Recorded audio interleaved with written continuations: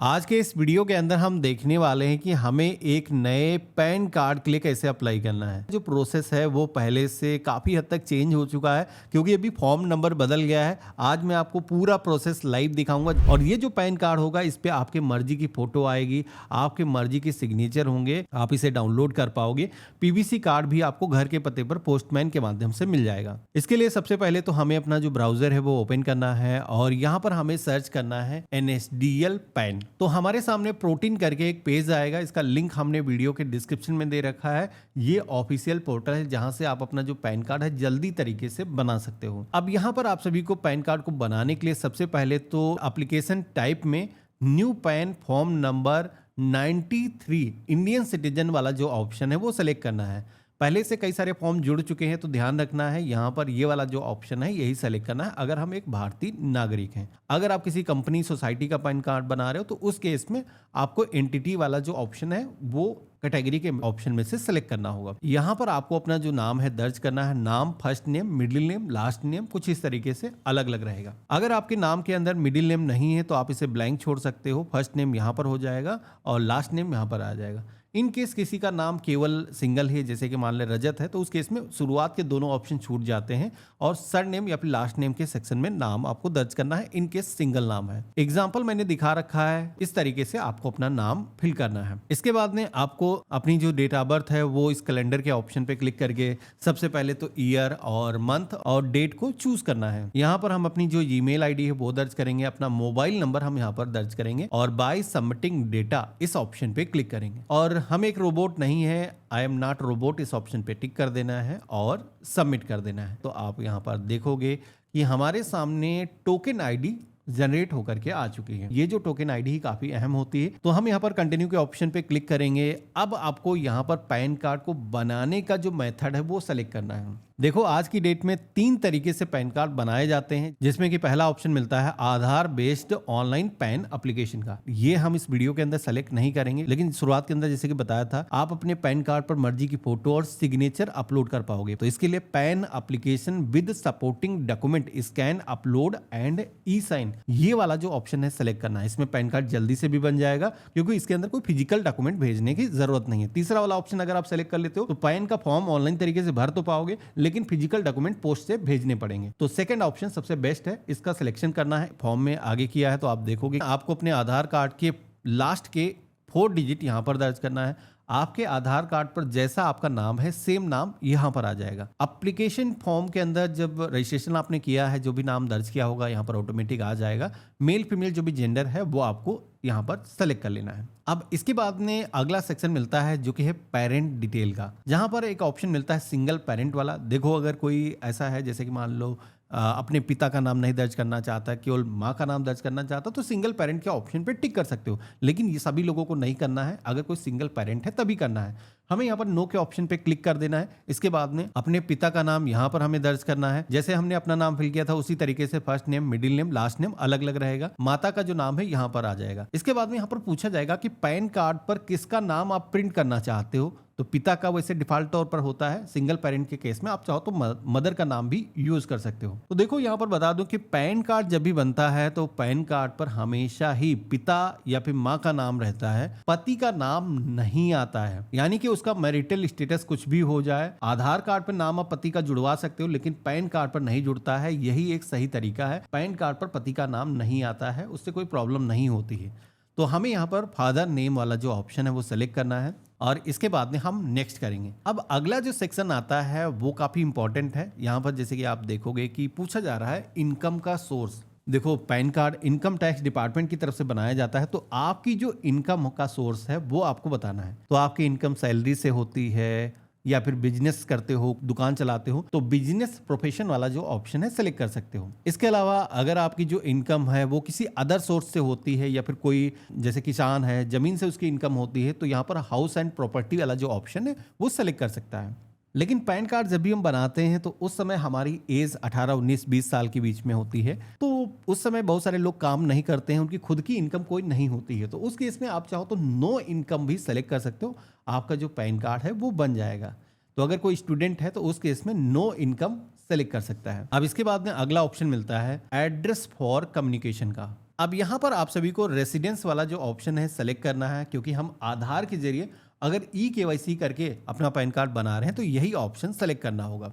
इसके बाद में यहाँ पर पूछा जाएगा आपके घर का पता। सबसे पहले तो हाउस नंबर, बिल्डिंग, अपार्टमेंट का जो भी नाम है, पोस्ट ऑफिस का जो भी नाम है वो आपको यहाँ पर दर्ज करना है। जो भी आपका लोकेशन है, डिस्ट्रिक्ट है, वो आप दर्ज करोगे। कंट्री आप अपनी सेलेक्ट करोगे और उसके बाद में स्टेट का नाम आ जाएगा। पिन कोड आपको यहाँ पर दर्ज करना है। इसके बाद में अगला ऑप्शन मिलता है ऑफिस एड्रेस का। तो ऑफिस एड्रेस हमारे केस में अप्लीकेबल नहीं है, तो हम इसे ब्लैंक छोड़ देंगे। आपका जो कम्युनिकेशन की डिटेल है, जैसे कि मोबाइल नंबर, वो यहाँ पर दिखाया जाएगा। यहाँ पर आपको करना यह है कि कंट्री कोड के सेक्शन में आ करके आपको +91 इंडिया वाला जो ऑप्शन है वो सेलेक्ट कर लेना है और इसके बाद में अपनी जो जीमेल आईडी है वो यहाँ पर आपकी दिख जाएगी। टेलीफोन नंबर ब्लैंक सेक्शन छूट जाएगा। यहाँ पर अगला ऑप्शन मिलेगा रेसिडेंशियल स्टेटस का। तो यहाँ पर हमें रेसिडेंट वाला जो ऑप्शन है वो सेलेक्ट करना है। इसके बाद में यहाँ पर पूछा जाएगा tin number and passport detail. अब बहुत सारे लोगों के मन में सवाल आएगा कि भाई पहले तो हम पैन कार्ड बना रहे हैं, पासपोर्ट तो हमने बनवाया नहीं है, तो ज़रूरी नहीं है। ये केवल एनआरआई के केस में देने की ज़रूरत होती है। तो टिन नंबर और पासपोर्ट डिटेल आप छोड़ सकते हो। यहाँ पर एक ऑप्शन मिलेगा रिप्रेजेंटेटिव एसेस वाला। तो देखो ये जो ऑप्शन है इसमें यस तभी करना होता है अगर आप माइनर का पैन कार्ड बना रहे हो या फिर किसी कंपनी का पैन कार्ड आप बना रहे हो। यहाँ पर हम नो करके आगे बढ़ सकते हैं। इसके बाद में नेक्स्ट करेंगे। अब यहाँ पर आप सभी से पूछा जाता है एरिया कोड, एओ कोड, रेंज कोड। अब ये कौन सी बला है? तो देखो इनकम टैक्स डिपार्टमेंट ने अपने जो भी आपका लोकेशन है उसको अलग अलग जोन के अंदर डिवाइड कर रखा है। अब आपको अपना जो कोड है वो तो पता नहीं होगा, तो इसके लिए यहाँ पर एक ऑप्शन दिया गया है फिल्टर करने का। आप यहाँ पर सेलेक्ट करोगे इंडियन सिटीजन और इसके बाद में आप स्टेट अपना सेलेक्ट करोगे और आपके सिटी का जो नाम है वो आप इस लिस्ट में से सेलेक्ट कर लोगे और फेच के ऑप्शन पे क्लिक करोगे। तो आप सभी के सामने कई सारे एरिया कोड, रेंज कोड आ जाएंगे। इसी के साथ में डिस्क्रिप्शन के अंदर आपको अपने एरिया का जो नाम है वो यहाँ पर देखने को मिल जाएगा। तो अब आपको ये देखना है कि आपके गांव का नाम, आपके शहर का नाम या फिर तहसील का नाम किस सेक्शन के अंदर दिख जाता है। अब कुछ लोगों के केस में ऐसा होगा कि आपके गांव का नाम नहीं दिखेगा, तो डिस्ट्रिक्ट सेलेक्ट कर सकते हो या फिर अगर नहीं दिख रहा है तो मेन डिफॉल्ट वाला जो कोड है वो आप यूज कर सकते हो। लेकिन ट्राई करना है कि आपके नियरेस्ट जो भी हो उसी कोड को आपको सेलेक्ट करना है। तो ऊपर ये जो इन्फॉर्मेशन है ऑटोमेटिक फिल हो जाती है। अब आप डायरेक्टली यहाँ पर नेक्स्ट करोगे। अब ये करने के बाद में अगला स्टेप आता है पैन कार्ड को बनाने के लिए आप डॉक्यूमेंट क्या दे रहे हो। देखो पहले क्या होता था कि आधार अगर आपके पास में है तो आपका जो पैन कार्ड है वो बन जाता था, लेकिन सरकार ने रिसेंटली इसके अंदर बहुत बड़ा बदलाव कर दिया। अब अगर कोई आम नागरिक भी है तो उसको भी परेशानी थोड़ी सी फेस करनी पड़ती है। तो यहाँ पर अब आपको 3 तरीके के डॉक्यूमेंट देने होते हैं, जिसमें कि एक है प्रूफ ऑफ आइडेंटिटी। तो प्रूफ ऑफ आइडेंटिटी के अंदर क्या क्या डॉक्यूमेंट लग सकते हैं, तो इसके लिए आप अगर इस ऑप्शन पे क्लिक करोगे तो अगर आपका ड्राइविंग लाइसेंस है, पासपोर्ट है, इसके अलावा वोटर आईडी कार्ड है या फिर आपका आधार कार्ड है और भी गवर्नमेंट के कई सारे डॉक्यूमेंट दिए गए हैं, तो जो भी आपके पास में डॉक्यूमेंट है वो आप यहाँ पर सेलेक्ट कर सकते हो। तो आधार कार्ड आपके पास में होगा, आज भी आइडेंटिटी में आधार आपका मान्य है, आप लगा सकते हो। इसके अलावा अगला सेक्शन मिलता है एड्रेस का। अब एड्रेस में क्या होता है, कुछ डॉक्यूमेंट ऐसे होते हैं कि एड्रेस में भी मान्य होते हैं और आइडेंटिटी के अंदर भी मान्य होते हैं। तो अगर आपके डॉक्यूमेंट का नाम यहाँ पर दिख रहा है तो आप चाहो तो उसी डॉक्यूमेंट को दोबारा से आप इसके अंदर इस्तेमाल कर सकते हो। तो उसके लिए आप चाहो जैसे कि अपना आधार दे रहे हो, आधार यूज कर सकते हो, वोटर आईडी कार्ड दे रहे हो, डीएल दे रहे हो, तो दोबारा से आप सेलेक्ट कर सकते हो। इसके अलावा अगर एड्रेस का कोई दूसरा डॉक्यूमेंट आप देना चाहते हो, जैसे कि कोई बिजली, पानी, टेलीफोन, यूटिलिटी कोई भी बिल आप देना चाहते हो, तो वो भी आप यहाँ पर दे सकते हो। तो इस तरीके से हमने आइडेंटिटी में और एड्रेस के अंदर दोनों ही डॉक्यूमेंट आधार सेलेक्ट कर लिए हैं। लेकिन असली खेल शुरू होता है डेट ऑफ बर्थ के सेक्शन में। अगर आप आओगे तो पहले यहाँ पर क्या होता था, यहाँ पर भी आधार का ऑप्शन मिल जाता था, लेकिन यहाँ पर अब आप चेक करोगे तो आधार का जो ऑप्शन है वो हट चुका है। अब आपको देना होगा अपना बर्थ सर्टिफिकेट। अब परेशानी ये आएगी कि बहुत सारे लोगों के पास में अपना बर्थ सर्टिफिकेट होगा नहीं, बनवाया नहीं होगा। तो ऐसे में गवर्नमेंट ने कुछ अल्टरनेटिव डॉक्यूमेंट के ऑप्शन दिए गए हैं, जैसे कि आपके पास में वोटर आईडी कार्ड है या फिर हाई स्कूल की आपकी मार्कशीट है, सर्टिफिकेट है हाई स्कूल का, वो आप यहाँ पर लगा सकते हो। इसके अलावा ड्राइविंग लाइसेंस है तो वो भी यहाँ पर लगाया जा सकता है। यानी कि एक डॉक्यूमेंट ऐसा इसमें से होना चाहिए जो कि proof of date of birth को साबित करता हो। तो यहाँ पर इस लिस्ट में से जो भी आपके पास में डॉक्यूमेंट है वो आप सेलेक्ट कर लोगे। अगला सेक्शन आएगा वेरिफिकेशन एंड डिक्लेरेशन का। अब इसके अंदर आपका जो नाम है वो यहाँ पर दिख जाएगा। आपको यहाँ पर आना है, इसमें सेल्फ वाला जो ऑप्शन है वो सेलेक्ट करना है। अब ये करने के बाद में आप जिस भी जगह से इस फॉर्म को भर रहे हो अपने प्लेस का नाम यहाँ पर दर्ज करोगे और आपका नाम यहाँ पर आ जाएगा। डेजिग्नेशन यानी कि स्टूडेंट हो, हाउसवाइफ हो, जो भी आप काम करते हो, डायरेक्टर हो कंपनी के, तो वो अपना जो रोल है यहाँ पर आप दर्ज करोगे। इसके बाद में अब आपको आना है, अपना जो फोटो है वो यहाँ पर अपलोड करना है।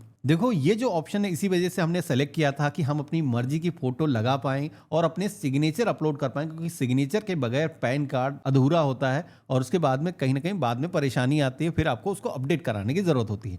लेकिन ये जो तरीका हमने यूज किया है तो पैन कार्ड यहाँ से जो हमारा बनेगा वो पूरी तरीके से परफेक्ट होगा। तो इसमें अब आपको करना ये है कि 3 महीने पुरानी की कोई भी फोटो आप अपलोड कर सकते हो। आज ही की फोटो खींच लो, मतलब 3 महीने से ज्यादा पुरानी ना हो, क्योंकि चेहरा आपका पहचान के अंदर आना चाहिए। तो आपको करना ये है, यहाँ पर फोटो अपलोड करने के लिए अगर आप चाहो तो पासपोर्ट साइज की फोटो अपने फोन से आप कैप्चर कर सकते हो। एक चीज ध्यान रखना है कि फोटो यहाँ पर इसका जो साइज है वो काफी कम होता है। 50 KB से ज्यादा बड़ी फाइल नहीं होनी चाहिए। 3.5 सेंटीमीटर बाय 2.5 सेंटीमीटर। तो अगर इससे ज़्यादा की फाइल अगर आप अपलोड करते हो, वेट इसका ज़्यादा होता है तो अपलोड नहीं कर पाओगे। जैसे प्रोफेशनल फोटो होती है, कोई सनग्लासेस मत लगा लेना। फोटो एक अच्छी परफेक्ट यहाँ पर जिससे कि आपका जो चेहरा है वो पहचान की जा सके। अब यहाँ पर फोटो अगर आप मोबाइल फोन से इसको रिसाइज करोगे तो थोड़ा सा परेशानी आती है। इसके लिए आप हमारी वेबसाइट का इस्तेमाल कर सकते हो। आओगे आप ब्राउजर में टाइप करोगे sarkaridna.com, तो हमारी वेबसाइट आ जाएगी। यहाँ पर मेनू के ऑप्शन पे क्लिक करोगे, एक टूल्स का सेक्शन दिखेगा जिसमें एक ऑप्शन मिल जाएगा पासपोर्ट साइज का फोटो बनाने का। तो अगर आपने मोबाइल फोन से फोटो कैप्चर करी, इसको अपलोड करोगे, आप यहाँ पर उसका साइज रिड्यूस कर सकते हो, क्रॉप कर सकते हो, जितनी फोटो आपको परफेक्ट लग रही है उतना रख सकते हो। इसके अलावा अगर आपको बैकग्राउंड चेंज करना है तो वो भी आप यहाँ पर कर सकते हो। अब ये जो फोटो है परफेक्ट लग रही है, हम इसे डाउनलोड कर लेंगे। इसका साइज 50 KB से कम हो चुका है, हम जो फोटो है अपलोड कर लेंगे। तो इस तरीके से हमने फोटो अपलोड कर दिया है। अब बारी आती है सिग्नेचर की। सिग्नेचर का भी जो साइज है वो 50 KB से ज्यादा नहीं होना चाहिए। सिग्नेचर सबसे पहले ब्लैक या फिर ब्लू पेन से एक प्लेन पेपर पर करना है और जितने एरिया के अंदर सिग्नेचर है उतना एरिया आपको फोन से क्रॉप कर लेना है। अगर फोन के अंदर क्रॉप टूल नहीं है तो हमारी वेबसाइट पर है, जहां पर आकर के उस एरिया को क्रॉप कर सकते हो। तो ये जो फाइल है यहाँ पर आप अपलोड करोगे तो आपके जो सिग्नेचर है वो आ जाएंगे। तो इस तरीके से हमने फोटो अपलोड कर दी है और अपने जो सिग्नेचर हैं वो भी हमने अपलोड कर दिए हैं। अपलोड करने के बाद में अगला सेक्शन आता है जो कि है डॉक्यूमेंट का। अब डॉक्यूमेंट क्या क्या देने हैं, तो ऊपर जो भी आपने सिलेक्शन किया है, अगर आपने आइडेंटिटी के लिए अपना आधार कार्ड दिया है तो आधार यहाँ पर अपलोड करोगे। और इसके अलावा डेट ऑफ बर्थ के लिए अगर आपने कोई दूसरा डॉक्यूमेंट दिया है तो वो आपको यहाँ पर अलग सेलेक्ट करना है। तो सबसे पहले तो आप अपने आधार की जो कॉपी है वो यहाँ पर अपलोड कर दोगे। और आधार अगर आप दे रहे हो तो फ्रंट और बैक साइड दोनों उसकी स्कैन कर लेना। इसके अलावा डेट ऑफ बर्थ का जो डॉक्यूमेंट है वो अपलोड करना काफ़ी ज़रूरी है। तो अब आपको दोबारा से इसी पे क्लिक करना है और अदर जो डॉक्यूमेंट है वो भी ब्राउज करके आपको ओपन कर लेना है। दोनों साइड पे, जैसे कि मान लो DL आप दे रहे हो, वोटर ID कार्ड दे रहे हो, तो उसके दोनों साइड का जो हिस्सा है उसको स्कैन करके मर्ज करके उसकी PDF फाइल बनानी है और वो अपलोड करनी है। अब इसके बाद में कंटिन्यू के ऑप्शन पे क्लिक करोगे तो अगला जो पेज आएगा जहां पर आपकी जो इंफॉर्मेशन है वो आपको देखने को मिल जाएगी। आधार कार्ड के फर्स्ट 8 डिजिट यहाँ पर आपको दर्ज कर लेना है। इसके अलावा पेज में आपको नीचे की तरफ आना है, सारी इंफॉर्मेशन परफेक्ट लग रही है, मिलान करना है। और अगर कुछ करेक्शन करने की जरूरत है, जैसे कि फोटो गलत आ गई या फिर आपको इसके अंदर इंफॉर्मेशन को चेंज करना है, तो एडिट के ऑप्शन पे क्लिक करके आप उस इंफॉर्मेशन को एडिट कर सकते हो। मेरे केस में पूरी तरीके से परफेक्ट है। हम प्रोसीड के ऑप्शन पे क्लिक करेंगे। तो इसके बाद में अगला स्टेप आता है जो कि है पेमेंट करने का। तो यहाँ पर पेमेंट कितना करना है, तो 106 रुपीज 90 पैसे, यानी कि 107 रुपए सीधा आप समझो ये आपको देने हैं। पेमेंट करने के लिए पेमेंट गेटवे कई सारे दिए गए हैं, तो हमने यहाँ पर एक पेमेंट गेटवे को सेलेक्ट किया है। टर्म ऑफ सर्विस को एक्सेप्ट करेंगे, प्रोसीड फॉर पेमेंट के ऑप्शन पे क्लिक करेंगे। तो यहाँ पर अब आपको पेमेंट करना है। पे कंफर्म के ऑप्शन पे क्लिक करोगे तो आप क्रेडिट कार्ड, डेबिट कार्ड या फिर नेट बैंकिंग, UPI वॉलेट के माध्यम से आप पेमेंट कर सकते हो। तो जो भी मेथड से आप पेमेंट करना चाहते हो कर सकते हो, लेकिन मुझे सबसे आसान लगता है UPI पेमेंट, क्योंकि QR कोड स्कैन करके हम अपना जो पेमेंट है वो कर सकते हैं। इसके अलावा आपका जो पेमेंट है जैसे हो जाएगा तो आपके सामने अगला स्टेप आएगा जहां पर पेमेंट सक्सेस का जो मैसेज है वो आ जाएगा। कंटिन्यू के ऑप्शन पे क्लिक करोगे। अब आपको आधार से अथेंटिकेशन करना है। अथेंटिकेट के ऑप्शन पे क्लिक करना है। OTP जनरेशन के ऑप्शन पे क्लिक करना है। आपके आधार कार्ड से जो भी आपका मोबाइल नंबर लिंक है उस पर वेरिफिकेशन के लिए कोड आएगा। वो जो कोड है आप यहाँ पर दर्ज करोगे और इसके बाद में सबमिट करोगे। अब जैसे हमने सबमिट किया है तो आप देखोगे कि अगला स्टेप आ चुका है जहां पर ई साइन हमें करना है। तो क्लिक टू प्रोसीड के ऑप्शन पे क्लिक करना है और आई हेयर बाय के ऑप्शन पे क्लिक करना है, अपना आधार नंबर दर्ज करना है, सेंड ओटीपी के ऑप्शन पे क्लिक करना है। एक बार फिर से ओटीपी आएगा, आपके आधार कार्ड से जो भी मोबाइल नंबर लिंक है उस पर आएगा, आप दर्ज करोगे और इसके बाद में वेरीफाई ओटीपी के ऑप्शन पे क्लिक करोगे। तो इस तरीके से हमारा जो ऑथेंटिकेशन है वो सफलतापूर्वक हो जाएगा और इसी के साथ में हमारे जो ई साइन है वो यहाँ पर हो चुके हैं। अब देखो यहाँ पर ई साइन अगर आप कर देते हो तो आपका जो पैन कार्ड है अप्लाई करने के जो प्रोसेस है वो खत्म हो जाता है। आपके सामने एक पावती स्लिप जनरेट होकर के आ जाती है जिसपे होता है आपका एप्लीकेशन का रेफरेंस नंबर। तो वो जो रेफरेंस नंबर है अगर आपको देखना है तो इस स्लिप को आपको ओपन करना होगा। उसके लिए एक पासवर्ड मांगेगा। पासवर्ड क्या है?